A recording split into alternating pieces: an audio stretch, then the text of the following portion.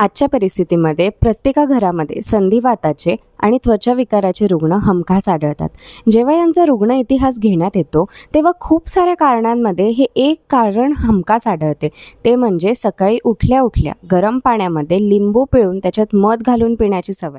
जर तुम्हाला देखील ही सवय असेल तर ही पहिले बंद करा, कारण याने तुमच्या शरीराला कुठलाच फायदा होत नाहीये, पण 100% नुकसान होत आहे।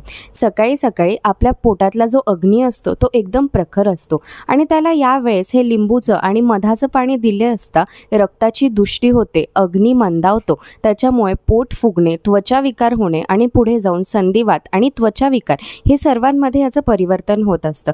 त्याच्यामुळे सकाळचा काळ हा रसायन औषध सेवन करण्याचा काळ आहे, हा कुठल्याही गरम पाण्यात लिंबू पिळून आणि मध घालून पिण्याचा काळ नाहीये। म्हणून कुठलीही सवय पाळण्याच्या अगोदर आपल्या जवळच्या वैद्याला जाऊन विचारा, त्यांना भेटा आणि हे तुमच्या शरीरासाठी खरंच उपयोगी आहे का याचा विचार करा, कारण प्रत्येकाचं शरीर हे वेगळं असतं। अशा अजून व्हिडिओजसाठी मला नक्की फॉलो करा। भेटूयात पुढच्या व्हिडिओमध्ये।